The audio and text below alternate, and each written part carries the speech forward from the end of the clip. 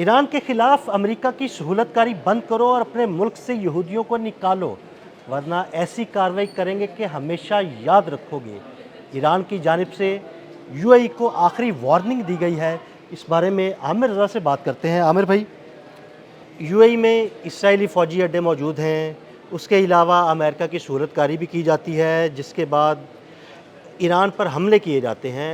UAE को Iran ने एक आखिरी वार्निंग दी है कि भाई अपने मुल्क से यहूदियों को निकाल दो वरना छोड़ेंगे नहीं। देखिए, अगर मैं सच्ची बात कहूँ तो इस वक्त यूएई जो है यहूदियों का और सियोनियों का सबसे बड़ा फ़ौजी अड्डा है। इसमें कोई इनकार नहीं है, क्योंकि नेतन्याहू ने तेल अवीव से ज़्यादा हिफाजती इक़दाम दुबई के लिए किए हैं और उस अबू धाबी के लिए किए हैं। उसकी वजह यह है कि ये उनका फीडिंग पॉइंट है।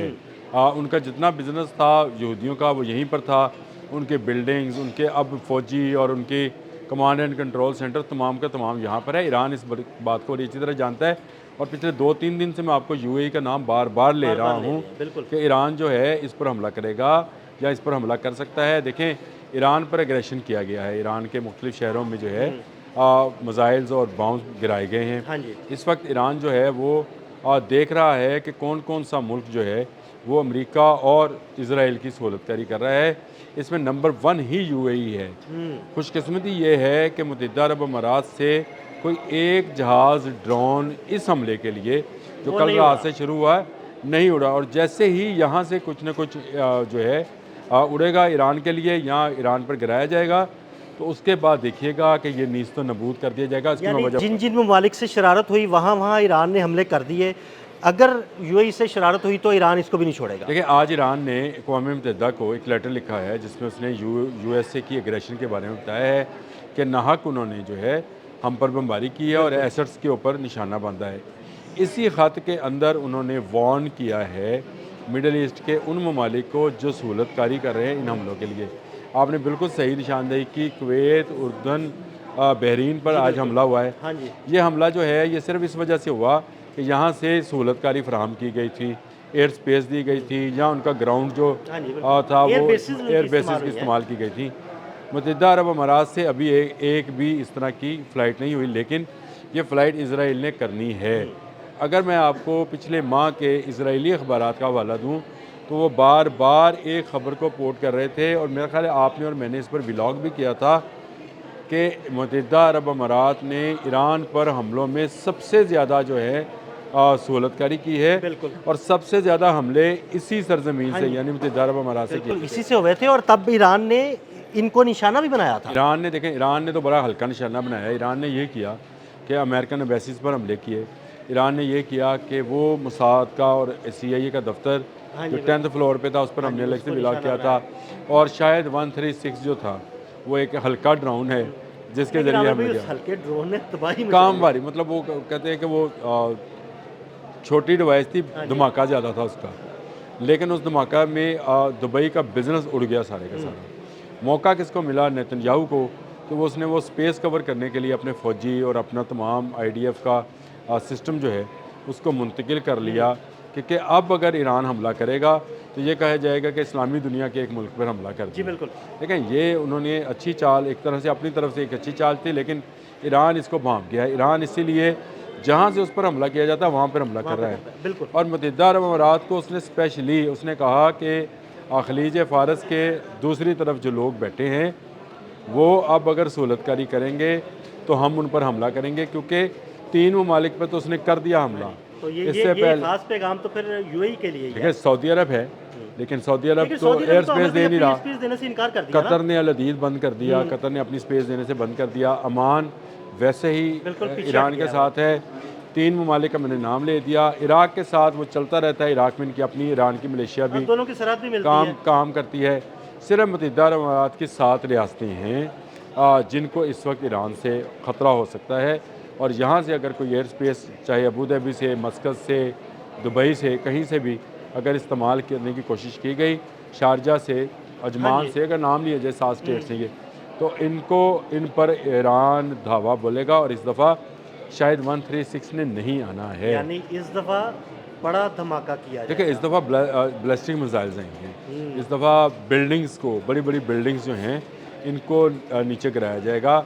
आपने और मैंने 3 दिन 4 दिन पहले ही ये कहा था کہ دبئی کا بیڑا غرق ہو گیا. بالکل سیاحت ختم ہو گئی, ہوٹل انڈسٹری بیٹھ گئی ہے, ہوٹل مالکان کہہ رہے ہیں بھائی کچھ ہم آفرز دے رہے ہیں, آ جاؤ کسی طرح. آج اسی طرح سے جیسے ہی یہ حملہ ہوگا تو اس کے بعد دبئی سے فلائٹ آپریشنز بھی بند ہو جائیں گے.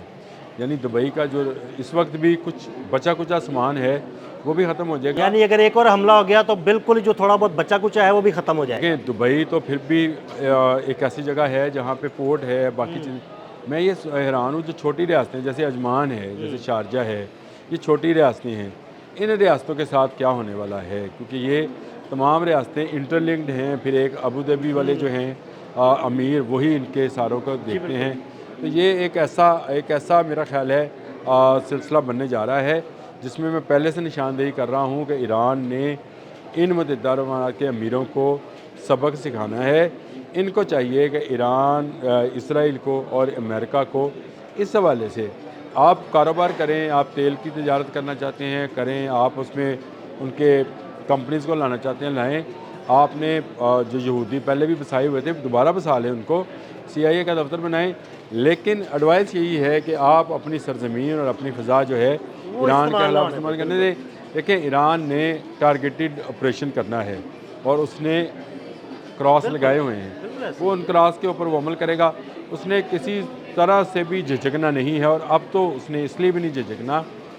اس وقت میڈیا رپورٹس یہ ہیں کہ اس نے اقوام متحدہ کو بتا دیا ہے کہ اس ساری شرارت کے پیچھے بھی مڈل ایسٹ کی وہ کنٹریز شامل ہیں جو سہولت کاری کرتی ہیں. امریکہ اتنے دور سے آ کر صرف حملہ ور نہیں ہے بلکہ ان ریاستوں میں بیٹھ کر ہم پر حملہ ور ہے. تو یہ ریاستیں جو ہیں یہ میرا پہلا ٹارگٹ ہوں گی اگر مجھ پر حملہ کیا جاتا ہے. تو آج اگر متحدہ عرب امارات کی کچھ ایئر سپیس استعمال کی جاتی ہے, یا اس کا جو زمین ہے اس کو استعمال کیا جاتا ہے, ایئر بیس استعمال کی جاتی ہے, جس کا مجھے خدشہ ہے کہ کی جائے گی, تو ایران اسرائیل شرارت کرے گا, وہ یہ ضرور کرے گا تاکہ ایران کو اور متحدہ عرب امارات کو ایک دفعہ پھر آمنے سامنے لے کے آئے. متحدہ عرب امارات کو بھی اس شرارت کو سمجھنا چاہیے. ایران سمجھتا ہے, اگر یہ امیر بھی سمجھ جائیں, یہ دبئی والے, یہ بات کیوں نہیں آ رہی, اگر وہ ایران کے ساتھ اگر کچھ نہ کریں, میں تو پہلے ہی کہا تھا, وہ کہیں امریکہ کی کمپنیز کو, یہودیوں کی کمپنیز کو آپ بزنس کریں, کاروبار کریں, فوجی مقاصد کے لیے ہماری زمین استعمال نہ کریں. دیکھیں سعودی عرب نے کوئی منع تو نہیں کیا امریکہ سعودی عرب کو. میں ساری چیزیں ہو رہی ہیں لیکن وہ اپنی ایئر سپیس استعمال نہیں کرنے دے رہا. قطر بھی ایسے کر رہا ہے, قطر بھی ایسے کر رہا ہے, اس نے بھی کوئی منع نہیں کیا امریکہ کو, لیکن اپنی ایئر سپیس اور اپنی جو ایئر بیسز ہیں ان کو استعمال نہیں کرنے دے رہا, اپنی بندرگاہوں کو استعمال کرنے نہیں دے رہا. دبئی اور یہ ابو ظبی سے یہ دونوں چیزیں ہو رہی ہیں اور یہ انتہائی خطرناک ہے. میں نے آپ کے ساتھ ایک ولاگ اس پر بھی کیا تھا کہ ایران ابو ظبی پر قبضہ کرے گا اور اس کو اپنا جو ہے اس کا انجام نظر آتا ہے. دیکھیں ایران اس وقت سیخ پا ہے, امریکہ 12,000 کلومیٹر دور سے آیا ہے, اس نے 12,000 کلومیٹر دور چلے جانا ہے, یہ ہمیشہ کے لیے یہاں رک نہیں سکتا ہے. اور اسرائیل نے یہاں پہ رہنا ہے, ایران نے یہیں پہ رہنا ہے, ان عرب کنٹریز نے یہیں پہ رہنا ہے. اگر یہ اب بھی آپس میں بیٹھ کر اپنے تنازع کوئی نہیں ہے, اسرائیل اپنی باؤنڈریز کے اندر رہے, نہ جائے غزہ میں, لیبنان میں, باقی ممالک جو ہیں وہ اپنی تیل کی تجارت کریں, دبئی فری پورٹ بنا رہے, نائٹ کلب چلتے رہیں, شراب خانے, جوئے خانے آباد رہیں ان کے. ایران کو بھی اس سے کوئی پرابلم نہیں ہے. ایران کوئی اپنا عقیدہ یا اپنا کوئی مذہب ان پر لاگو نہیں کرنا چاہتا ہے. تھوپ نہیں رہا ان پہ. مسئلہ صرف اتنا سا ہے کہ یہ حملہ کرنے کے لیے امریکہ اور IDF جو اسرائیلی ڈیفنس فورسز ہے ان کو جگہ فراہم نہ کریں, اور بدقسمتی سے دبئی نے یہ جگہ دے دی ہے. اگر یہاں سے ایک گولی بھی چلے گی تو پھر ان کے اوپر خیبر شکن جو کہ بنایا اسرائیل کے لیے گیا تھا وہ اسی دبئی پر گرایا جائے گا اور اس کو اسرائیل کا حصہ سمجھ دیا. بہت شکریہ عامر بھائی. عامر بھائی نے بڑی تفصیل کے ساتھ اس سارے معاملے پر روشنی ڈالی. مزید اپڈیٹس کے لیے ہمیں فالو کرتے رہیں. عدیل احمد اور عامر رضا کو اجازت دیجیے گا. اللہ حافظ.